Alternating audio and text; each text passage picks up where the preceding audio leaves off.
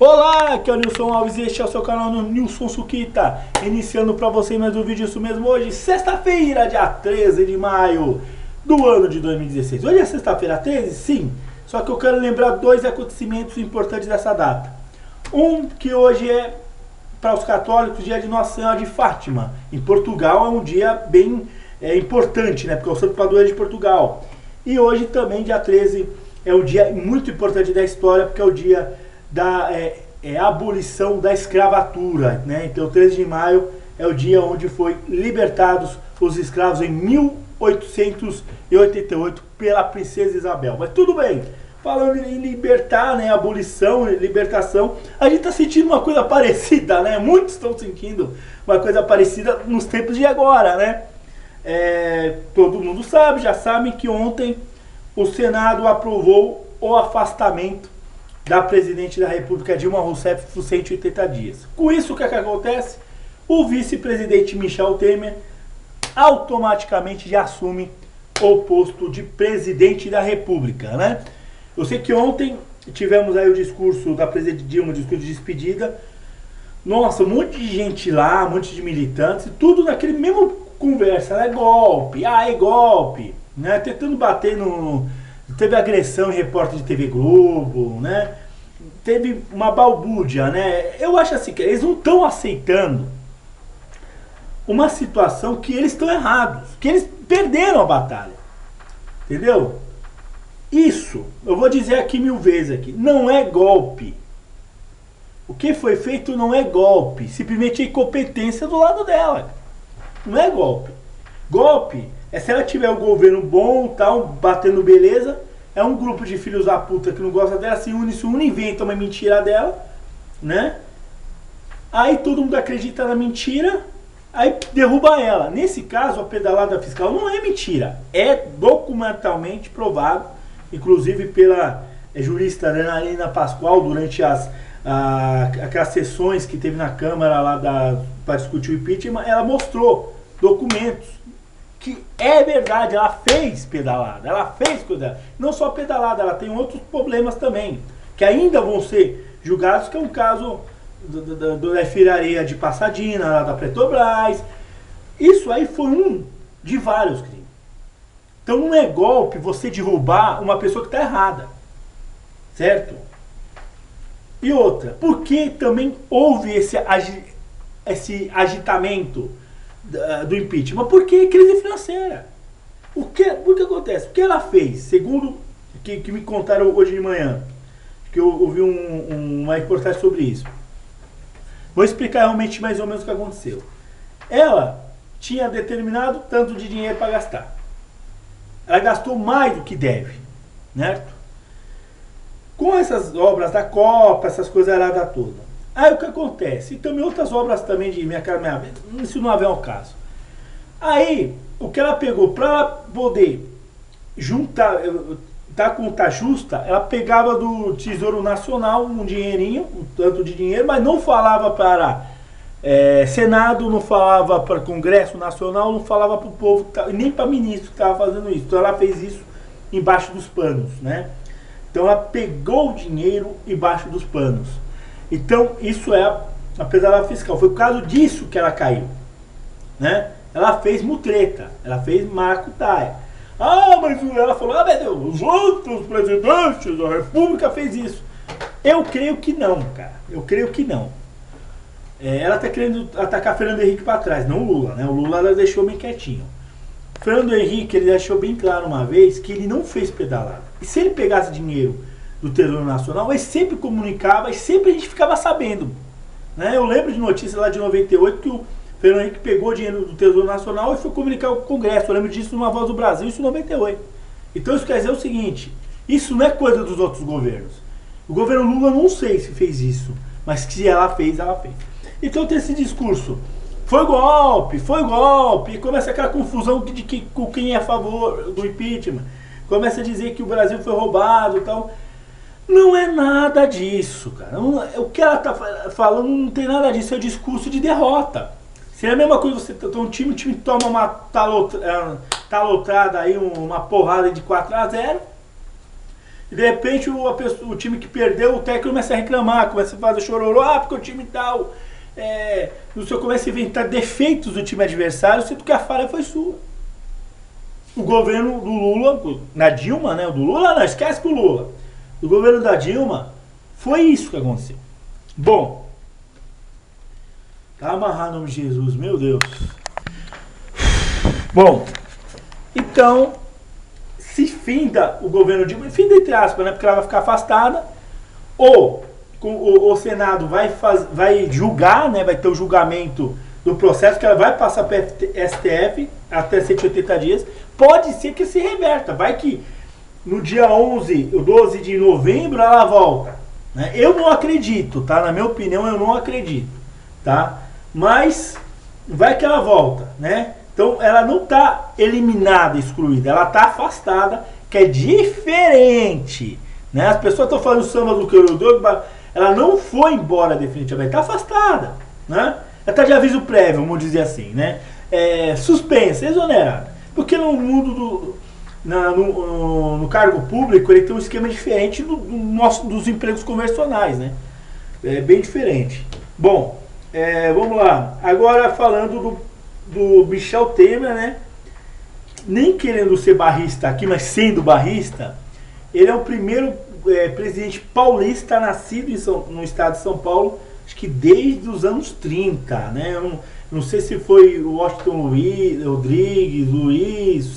eu acho que o Luiz, que acho que foi o único último paulista nato aqui do estado de São Paulo, sendo presidente da República, né? Que, inclusive naquela época do Estado Antigo, né, da Primeira República, existia República Café com Leite. Então tinha o Partido Republicano Paulista e o Partido Republicano Mineiro. Então, um governo era de mineiro, um governo era de paulista. Era um acordo que era feito na época, né? É curioso isso, né? É bom estudar a história porque a gente vai abrir a cabeça. E ele foi empossado na parte da tarde. Inclusive tem tanta mentira que fala dele, meu. Eu fico com tanto ódio que as pessoas falam que ele tem parte com a coisa ruim e tal. Eu vi a biografia dele, eu vi até a história dele, e não tem nada a ver disso. É mais um papo de invejoso que fica inventando mentira da vida dos outros, né? Falar que a pessoa é seguidor da coisa ruim é muito perigoso. Isso é inveja pura. Isso aí que é coisa do diabo que as pessoas fazem. Bom, primeiro discurso de Temer enfatizou sua confiança ao povo do país. Temer diz acreditar no povo brasileiro. Em suas primeiras palavras como presidente interino da República, Michel Temer disse que o povo brasileiro ia prestar sua colaboração para tirar o país da crise onde se encontra. Mencionou o entusiasmo dos políticos que os prestigiaram e voltou a falar urgente para pacificar a nação e unificar o Brasil. Da posse aos novos ministros em seu governo, incorporarão uma equipe menor, ou seja, ele fez cortes, né, no ministério, ele cortou várias. O que aconteceu? Na verdade não é exatamente que ele cortou, ele pegou ministérios, incorporou, juntou alguns, eu vou falar daqui a pouco, tá? Alguns ministérios foram incorporados em outros ministérios, né? Aí houve esse enxugamento. Então, a gente tinha mais de 38 ministérios, agora temos 23, né? Ministérios, 24 ministérios, reduzido, né? Por quê? Quanto mais ministério você tem, mais gasto. Quanto menos ministério você tem, menos gasto. E o povo brasileiro há de prestar sua colaboração para tirar o Brasil da crise. Nos encontramos no diálogo. Nosso primeiro passo, enfrentamos o desafio para avançar e garantir o retorno do crescimento, afirmou Temer, mencionando também a necessidade de participar de partidos políticos e licença da sociedade civil. Vou explicar uma coisa. Ele também, no discurso, né, eu acho que o Michel Temer também ele é um cara bem articulado, bem inteligente. É que assim, o Michel Temer, ele, diferente da Dilma, era um macaco velho da política, né? Eu conheço o Michel Temer desde 94, 95, de campanhas eleitorais de deputado federal, né, que era de São Paulo. Então eu lembro dele desde aquela época, dos anos 90, né? E é um cara que ele se destacava bem, ser um bom político. Ele não é um cara que parecia ser aquele, igual o perfil do PT, aquele cara, né, que é radical. Não, ele era mais calmo, tranquilo. Talvez ele deve conduzir a presidência com calma e tranquilidade, né, com cadência, é isso que ele vai fazer. Uma coisa interessante que me chamou a atenção do Michel Temer, que ele falou durante a entrevista, sobre a questão da crise, que eu já falei isso em vídeos anteriores, que um comentário da CBN, eu não esqueço o nome do comentário da CBN de Finanças, falou isso uma vez. O Michel Temer estava indo para a cidade dele, Natal, Tietê, e estava passando um posto de gasolina, e ele percebeu que tinha uma placa no posto de gasolina dizendo assim: proibido falar de crise, vamos falar de trabalho. Isso quer dizer o seguinte: isso é uma lição que ele deu. Nesse momento de crise, vamos esquecer crise, né? Igual um comentário da CBN falou no mês passado, vamos esquecer a crise, vamos trabalhar e esquecer a crise. Porque se a gente ficar falando de crise, por exemplo, você tem o comércio, você ficar falando de crise, você vai espantar a pessoa ir pro seu comércio, e você vai botar desânimo para todos, né? A gente tem que deixar de ser esse papo, e aí tem que ser realista o caralho, né? Falou o que o Michel Temer, nosso presidente da República, falou, tá? Vamos esquecer a crise e vamos trabalhar, porque trabalhando a gente vence a crise.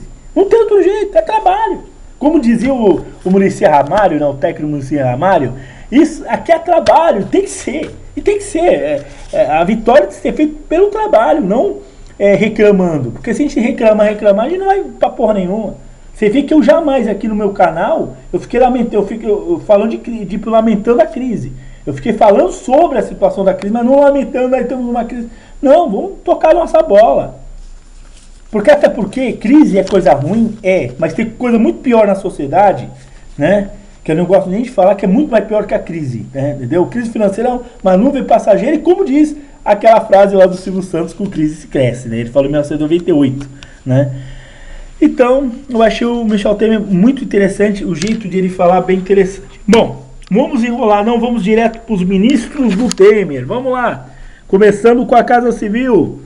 Eliseu Padilha, do PMDB do Rio Grande do Sul, Justiça e Cidadania. O grande secretário de Segurança Pública aqui de nossa terra paulista, Alexandre de Moraes. Ele não tem partido, tá? Falaram PSDB aqui, mas ele não é filiado a partido nenhum. Defesa ao Jugman, do PPS de Pernambuco. Relações Exteriores, o senador José Serra, do PSDB de São Paulo. Ele já foi ministro do Fernando Henrique de Saúde e de Minas e Energia, né? Mas de saúde ele foi o que acabou com essa patifaria de propaganda de remédio, né? O Serra foi interessante essa luta que o Serra tem contra o tabaco. Se muita gente os jovens viver muito, é graças ao José Serra, porque ele fez muita gente não fumar. Fazenda Henrique Meirelles, do PSD de São Paulo. Ele já foi ministro presidente da casa como chama a porra lá, Banco Central. Portos e Transportes e Aviação Civil, tá? Tudo agora fundido. Maurício Quintela, do PR. Educação e Cultura, Mendonça Filho. Trabalho, Ronildo Nogueira, do PTB. Desenvolvimento Agrário, Osmar Terra, do PMDB. Da Saúde, Ricardo Barros. Agricultura, Pecuária e Abastecimento, Mário Maggi, que já foi ministro da Agricultura, isso alguns anos atrás. Indústria, Comércio e Serviços, Márcio Pereira. Planejamento e Gestão, Humberto Jucá. Aí, esse ministério aqui, o povo da internet tem que prestar muita atenção. Ciência, Tecnologia e Comunicação. Ciência, Tecnologia e Inovações e Comunicações. Será, adivinha quem? Gilberto Kassab. Por que as pessoas da internet têm que prestar muita atenção nele? Porque é ele, a partir do ministro Gilberto Kassab, que vai lutar para que a internet, banda larga, não seja limitada. Certo? Então vamos fazer o seguinte: ele vai ser responsável por decidir isso ou não. Povo da internet do YouTube, todos os youtubers, todas as pessoas que gostam de internet, vamos procurar e-mails do gabinete desse ministério, do Gilberto Kassab. Vamos mandar e-mail para ele, pressionando e pedindo para que ele lute para que as operadoras e convença as operadoras não limitar a banda da internet, tá? A gente depende do Gilberto Kassab, que foi nossa, eu criticava ele quando ele era prefeito de São Paulo, mas a nossa vida de internet depende do Gilberto Kassab. Então vamos mandar e-mails para o Gilberto Kassab, até mesmo para o Michel Temer, para que convença as operadoras a não fazer essa patifaria. Eu fico mais aliviado que seja Gilberto Kassab, porque eu tinha medo que o presidente da Vivo fosse ministro da comunicação. Se o presidente da Vivo, da Oi, da TIM, um desses presidentes fosse, ministro, a gente estaria na roça, pode ter certeza. Vamos lá.